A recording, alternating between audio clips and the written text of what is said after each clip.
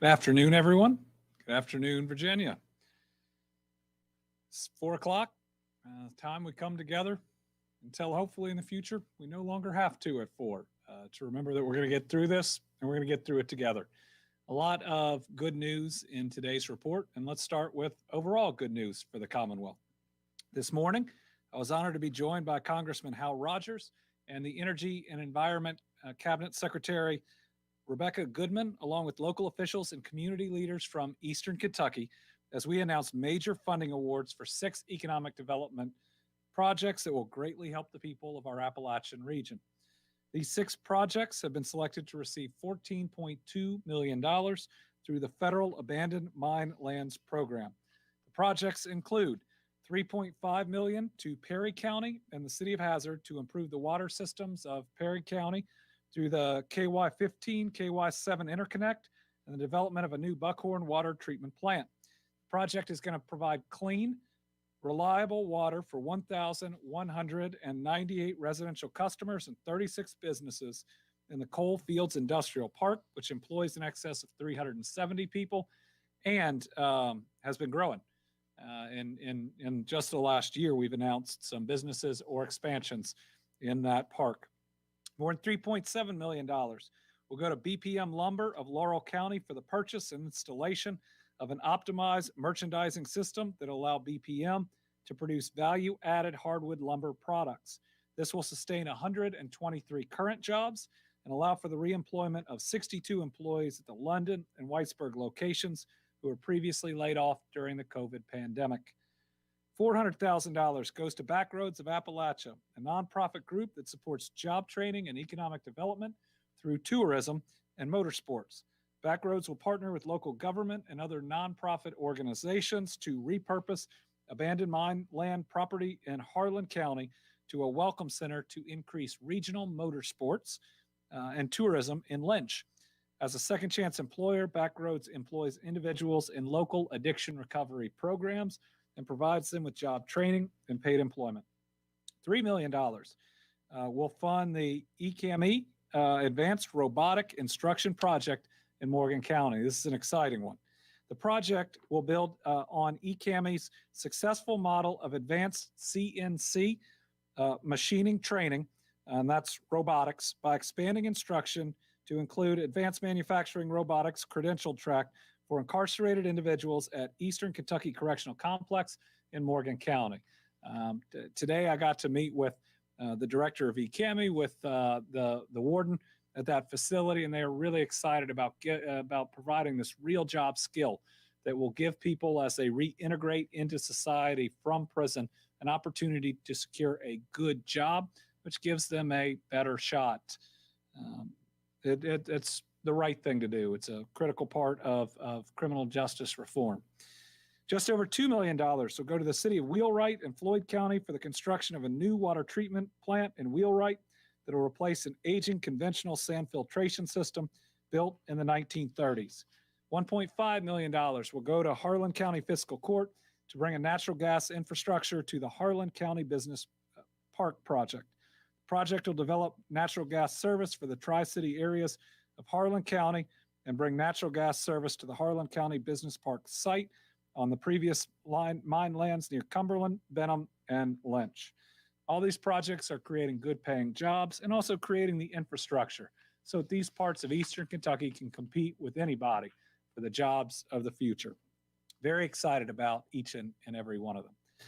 All right, next I want to take a moment to congratulate 2 great teams in Kentucky, UK Wildcats and the U of L Lady Cards in both women's basketball team. Tonight, the Cards are taking on the Marist Red Foxes at 8 p.m. for their first game of the tournament. On behalf of the entire Commonwealth, I want to wish U of L's women's team the best of luck tonight. We are behind you. And congratulations are due to UK's women's basketball team for their win over Idaho State Sunday in the first round of the tournament. Cats are advancing tomorrow to face the Iowa Hawkeyes at 3:30 p.m. Best of luck. This entire Commonwealth is behind you. Both these teams are making Kentucky very, very proud. Good luck. Great job to the coaches and the players. You make us all very, very proud. All right, so the next part's That's pretty special. Our long-term care facilities and our skilled nursing homes were some of the hardest hit communities during this pandemic, not only with cases and deaths, but the separation from loved ones for over a year. The vaccine has changed everything. We prioritized the very first vaccines that were coming out to healthcare workers and those in long-term care. Since then, numbers of cases are decreasing. Deaths are dramatically decreasing. This progress, it depends on us. As these facilities reopen their doors, they need us, everybody else in Kentucky, to sign up for the vaccine. Individuals who don't get the vaccine and then visit loved ones in these facilities run the risk at a later point of spreading it and ultimately causing us to lose out on our gains and to lose more people. So we're going to show you a video, and it's special. It shows what visitation means, and it shows you why we all have a duty, every one of us, to get this vaccine. Because if we don't, and we spread it to somebody else who then goes to see a relative or a loved one in a facility, we could lose other people's relatives and loved ones. This video shows the importance of keeping the doors open while we get our own shots of hope.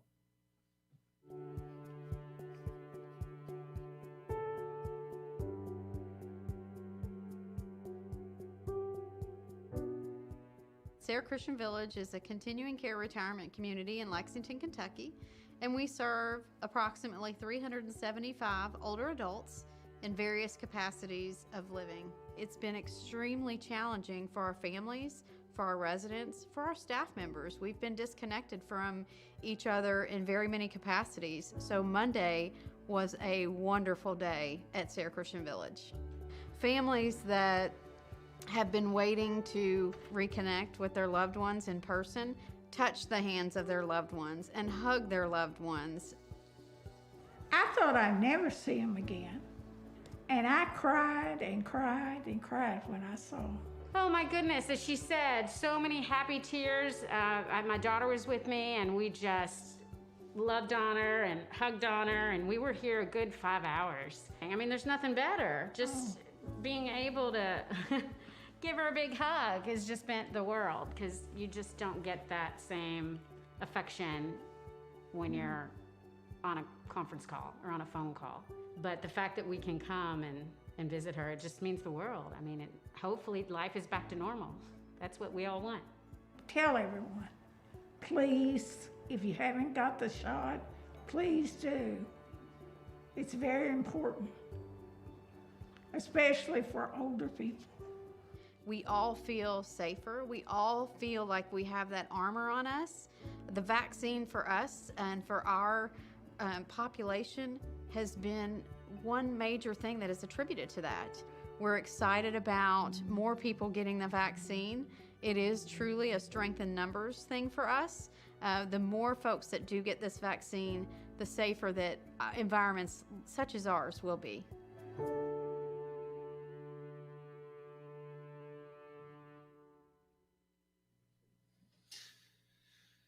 Al, thank you to all those individuals for that very special video. And here, right now, is how well things are going in long-term care after vaccinations. Can we put up the long-term care facilities? I want you to start by looking, well, once we're back. All right, there we are. I want you to start by looking at the active cases. Today, we have only added 2 new positive cases for residents. I don't remember the last time. I do not remember the last time that the number of new positive cases for residents was so low. I mean, this is an amazing day. 5 new staff have tested positive. Again, that number is lower than we would regularly report for a long time. Just 1 new death being added to those totals. So these active cases on both residents and staff at the lowest level I can remember them. But then I want you to look at the total cases. As excited as I am about the 79 and the 91 and them decreasing and decreasing and decreasing, when you look at that total, you see how hard this area was hit. And if we do not do our part, if we don't do everything we can to reach herd immunity, if we take off our masks too early, if we're cavalier and spread this thing, look at the damage that it can do. We've come too far and we have lost too much to mess this up now. So please continue to wear your mask until we can get everybody vaccinated. And if you are thinking about not taking the vaccine, think harder. Think about all the individuals that you can protect and think about how much they need your help to ensure that we can continue what we see today, fewer and fewer cases and fewer losses in these facilities. Continuing on the vaccine news, if we look at table 1, as of this morning, 1,186,538 Kentuckians have received at least their first shot of hope. Now, there is a change in this chart. I want to explain it. We have had to combine the state program and the federal pharmacy program and the qualified community health center programs into one bar. And that's even though there are separate programs. The way the reporting was going in the federal database couldn't separate out the data as much as we needed to. So what we will have now on both table 1 and when we pull it up, table 2, is a merger of those two programs. Now, the downside is we as the state don't control a couple of those programs. So the numbers that you see, only part will be what we fully control. But this gives us a more accurate picture of those total doses coming in and the total doses going in people's arms. And we really don't have a choice in the way that the federal database is showing things. So let's look at table 2. Now, the addition, which is line 14, which is this week, is we had to take everything, all the extra doses remaining from the federal pharmacy program at one time and put them into the first dose allocation number you will see coming down. So that is, the 14th line. And as you go over to first dose allocation, you'll see how much higher that is. So some of those are historic doses that have been in the other programs, and this is what we have to do to account for it altogether. But even when we do that, even when we take on the federal government's programs, if you look down at the total, we are still over 90% of every first dose we have ever gotten going into people's arms. In fact, 93.7%. As you know, today, we opened up to individuals over 50 to clarify questions that were asked at last week. All individuals with intellectual or behavioral conditions are eligible to get the vaccine in 1C right now, and we will clarify that online. Those were good questions raised, and the clarification needed to be made.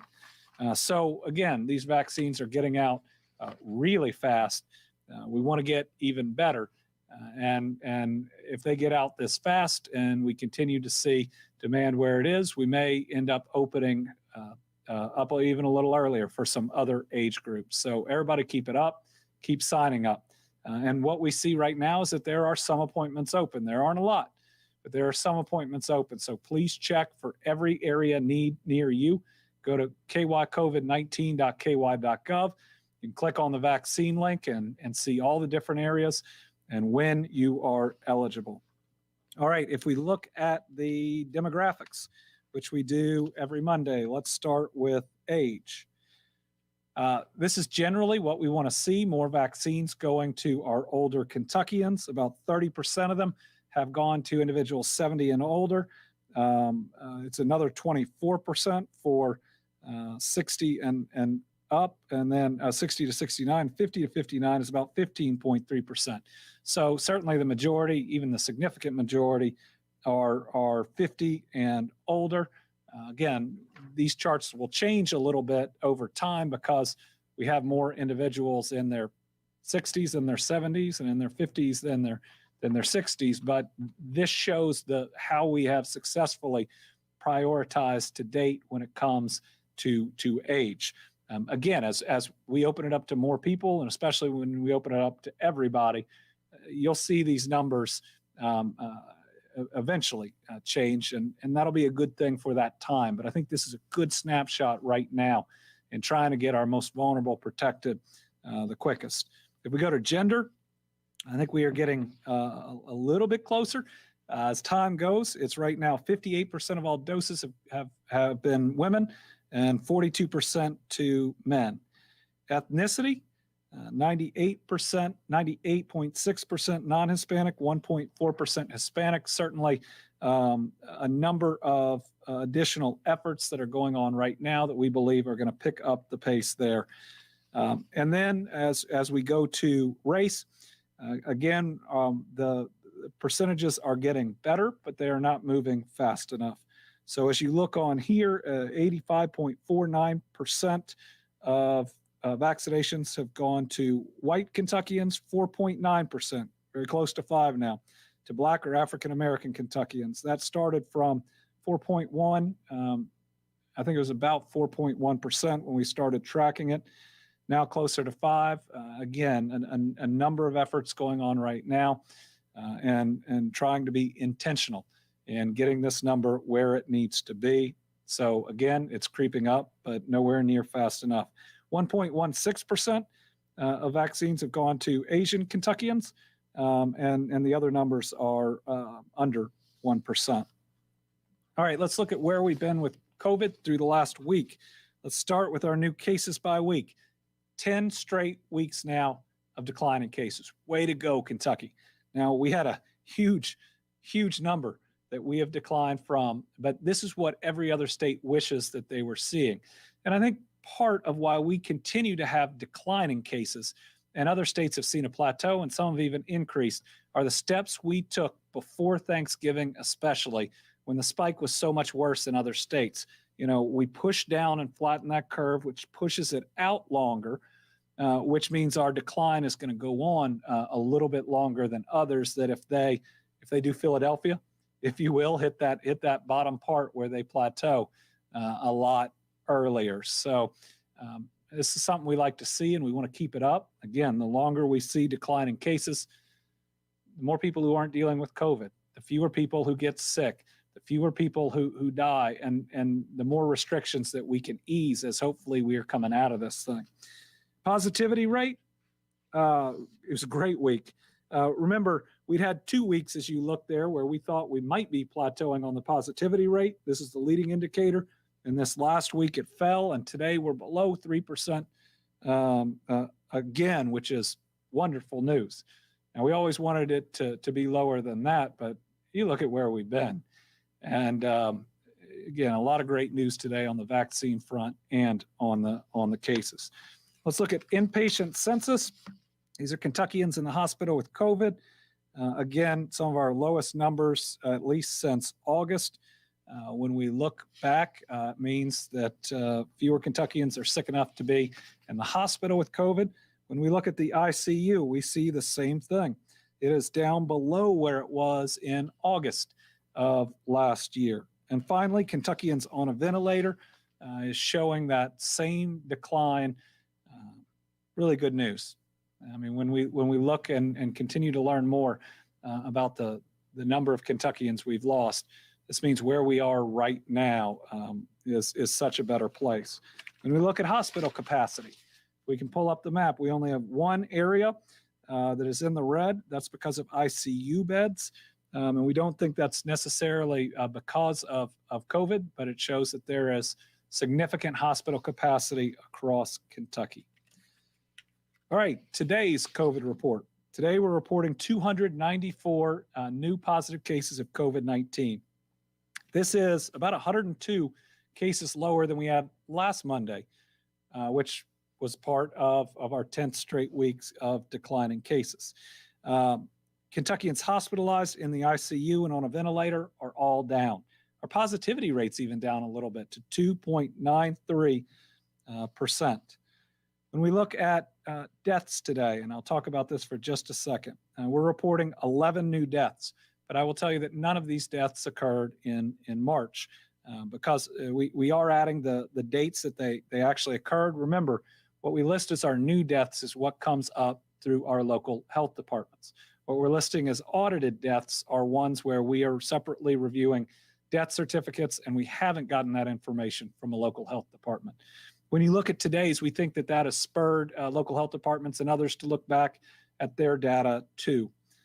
But today we're learning we are learning for the first time, even though they occurred earlier. And remember, the loss is still felt just the same by that family of a 91-year-old woman from Carter County, an 81-year-old man from Crittenden, a 67-year-old man from Franklin County, an 84-year-old man from Franklin County, an 88-year-old woman from Fulton, an 82-year-old man from Harrison, an 87-year-old man from Hickman, a 79-year-old woman from Kenton, an 85-year-old woman from Letcher, a 91-year-old woman from Marshall, and an 89-year-old woman from Perry County. We're also adding 50 new deaths from our audit. Those are deaths that we talked about would be coming in over these sets of days. And we continue to work to make sure that we have no unknown soldiers, that every family that's grieving is recognized as we come out of this worst pandemic of our lifetime, that we know its true toll, that it is recognized, the pain that people are feeling, the grief that they have been through, and this massive major event that we have lived through. We'll continue to provide that information as we move forward to ensure we have a full and complete picture. But again, today having no reported deaths from March is some good news in and of itself, and I hope that's something that we continue to see. All right, we'll now move into questions. And we've got 1, 2, 3, 4, 5, 6, 7, 8 journalists on the line, and we'll start with Catherine Collins from WLEX.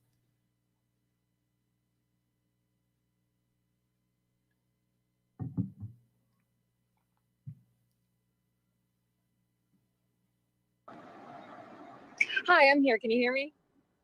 I can. Sorry about that delay there. My question is about the outbreak involving a variant at a Kentucky nursing home.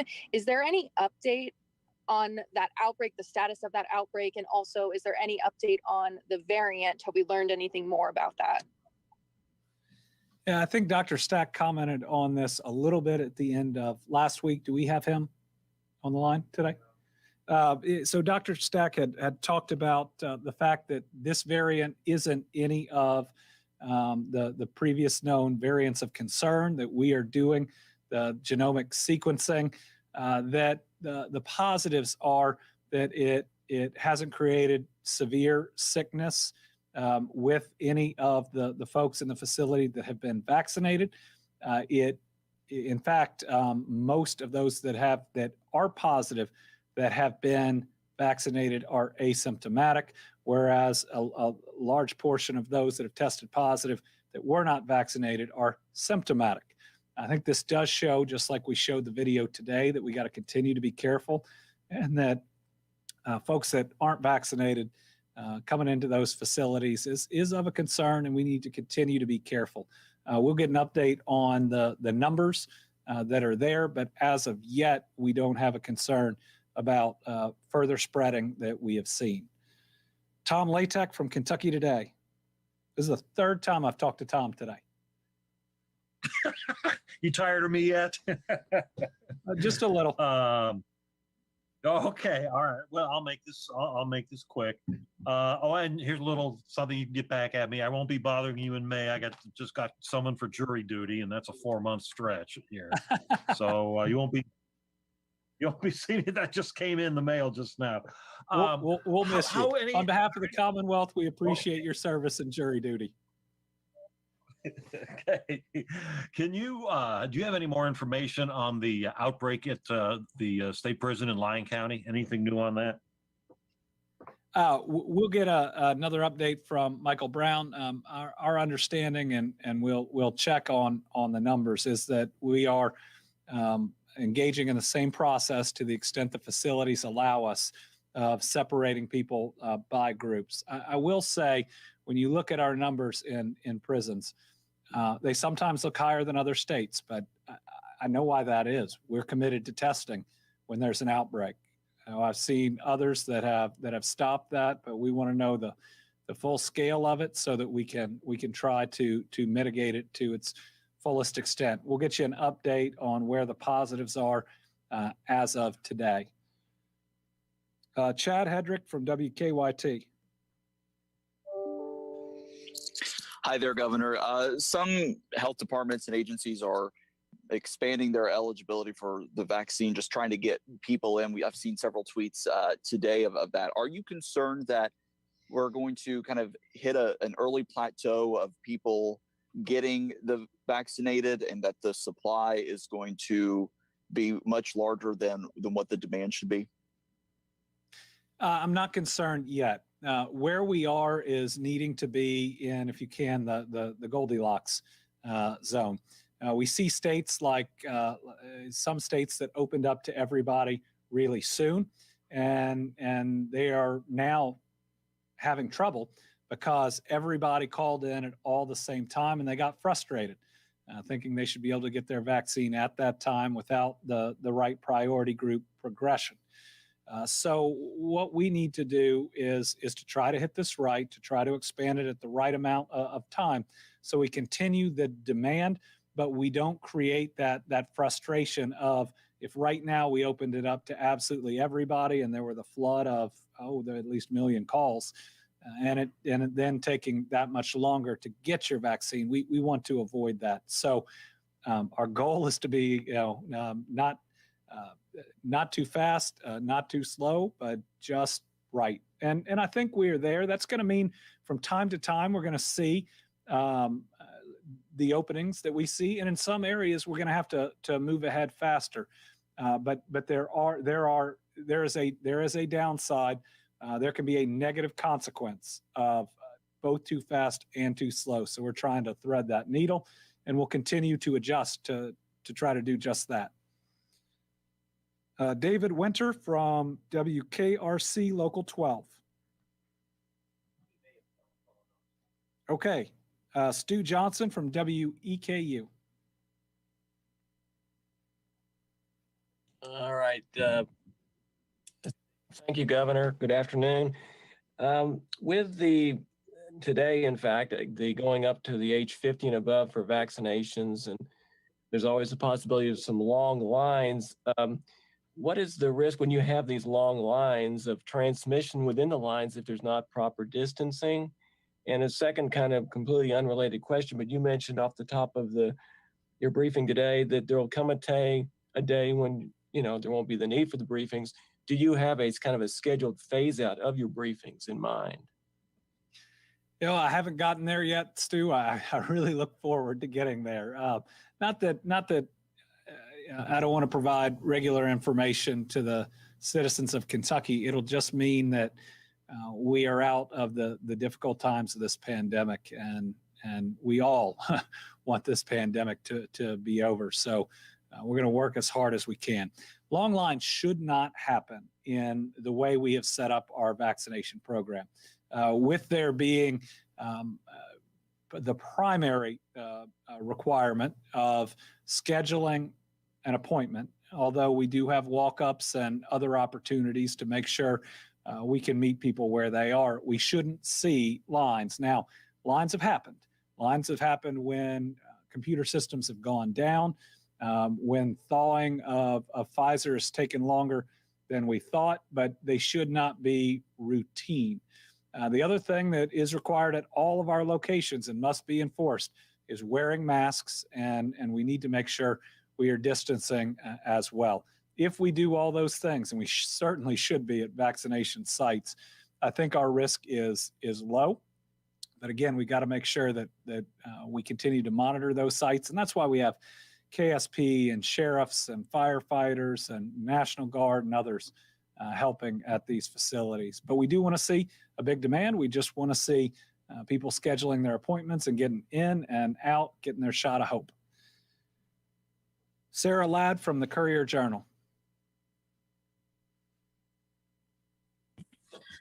Yes, thank you. So I know last Monday, I believe it was, you discussed some concerns about spring break and about crowds and what that might do to cases. Are there any new concerns or specific guidance that you would like to talk about for the break? And also, considering what has gone down in Miami Beach the past few days, will the state monitor or keep an eye out for Kentuckians who may have visited or plan to visit places like that? Thanks. Well, we are concerned. We're concerned at any point that there could be a spike. The CDC hasn't given us new travel recommendations, which we were all expecting for those that have been vaccinated, which makes it a little more challenging. What we're going to see in the country, and it could be as a result of spring break, or the other is exactly where we are. We got these variants that can spread aggressively, but we also have a number of people with significant immunity from vaccinations or previous infections of a variant or the regular version of the virus. And it's a race between those, and not even experts can have one consensus about what they think is going to happen. Certainly, parents, if you're going to take school-age children on spring break, don't do anything there that you wouldn't do here. Don't go to packed restaurants. Don't go maskless in places in public and in small rooms, because we've worked really hard to get our schools back open, and we don't want spring break to cause a significant spread in students. I think all the sacrifices that have been made, that wouldn't be responsible. So please be really careful if you're going on spring break. If you're not going to be careful, don't send your kid back right away. Take the virtual option for a period of time. We are too close to the end to mess this thing up. So everybody, please be careful. Graham Ambrose from the Kentucky Center for Investigative Reporting. I know it's a wordy title. Thanks so much, Governor. This question is about the eviction relief funds. We reported last week that hundreds of tenants in Kentucky aren't receiving eviction relief money only because their landlords won't accept it or won't apply for the money. Fund administrators say they're loath to go around landlords and give the money out directly to tenants, even though they're allowed to do so, because they say it's an imperfect solution and a potential liability. I know you acknowledged last month that the state would need to find a way to do something about this. So I just like to follow up, what should be done for tenants who aren't receiving funds due to uncooperative landlords? Yeah, and Graham, frankly, I don't have an answer for you today, but you're right. If landlords are refusing to accept the money, that's not right. That is not what the system was intended for. The question is how we can get it to a tenant and then assure it goes to the landlord, right? So that we have that audited trail where we can account that federal dollars have been spent the way that they should. I'll follow up on this again with the Kentucky Housing Corporation, which is the part that we control, which is everything but Louisville and Lexington. It's something we do need to resolve. And come on, landlords. I mean, if the money is there and we're in the midst of a pandemic, take the money, don't kick your tenant out. There's an opportunity to get 3 months ahead and money on the back end too. It's both the fiscal and the moral thing to do. Bruce Maples from Kentucky Health News.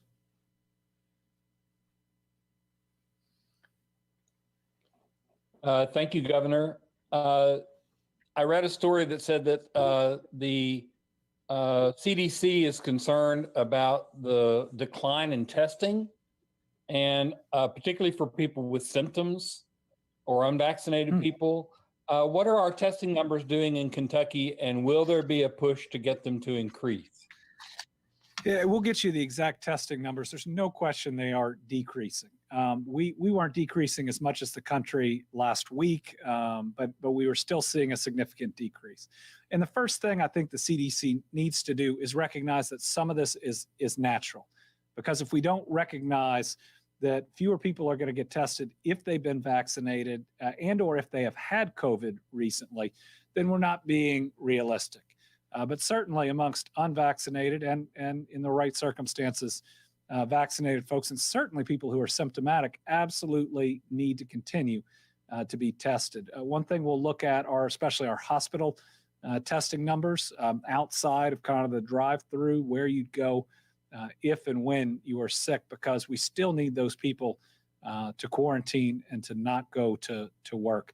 But it's going to be it's going to be a real challenge, as we move forward to get anywhere near our previous levels of testing, unless and until, and we hope this doesn't happen, the variants cause a a resurgence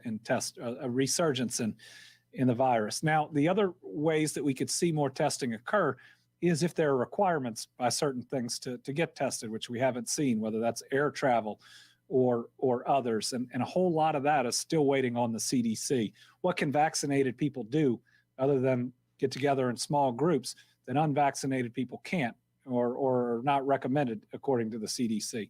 And when the CDC looks at that, what can the unvaccinated people do if they have had a test in a certain period of time? I really think we need more fleshing out of all of that. And you know, we need it sooner rather than later because the CDC is now taking a more nuanced role or getting into more nuance in their guidance. But that means there's a vacuum created that we need filled by that guidance as well. All right, David Winter was having some technical problems. He said, would the approval of an AstraZeneca vaccine be helpful for Kentucky? Is there still an issue with availability of the vaccine? Could you vaccinate more people if you had more vaccine? Approval of the AstraZeneca vaccine, if found safe and effective here in the United States, would be a big help. The more vaccine, the better. That is one that if we had, we could expand even faster. To anyone and everyone. And remember, once we expand, we're going to be able to look at more options too. You know, when are we able to get out to certain employers? Are we able to get out in certain communities? You know, we'll reach a point where our numbers vaccinated may go down a little bit because we're getting to people that are harder to reach. But that's going to be a natural evolution in this. But it also will mean we're getting more and more and more people vaccinated. It's just going to get a little harder on the back end. And the more vaccines that we have, absolutely the better, especially when we're able to open it up to our young people, when we're able to open it up to our kids. There's going to be another rush there. And again, the more vaccine, the better. All right, everybody. Overall, a good report. Increasing vaccinations. It's going at a really rapid rate, and we want to see it to continue at that pace, if not grow. We're going to get more vaccine at the end of this month, and I'll report tomorrow on tomorrow's White House call on the allocations that we think we will see. We definitely need more Johnson & Johnson. It's actually in really high demand here in Kentucky and helps us reach a lot of populations we might not be able to schedule for a second time. Also, continue to wear that mask, and let's continue to decrease these case numbers. If you've been vaccinated, I have. It means you and I have a special duty to those that have not been vaccinated, being our brother and sister's keeper, wearing our mask and engaging in social distancing until everyone has the chance. That's our duty. Let's make sure we live out that value and live out that faith and protect one another. We'll see you tomorrow at 4.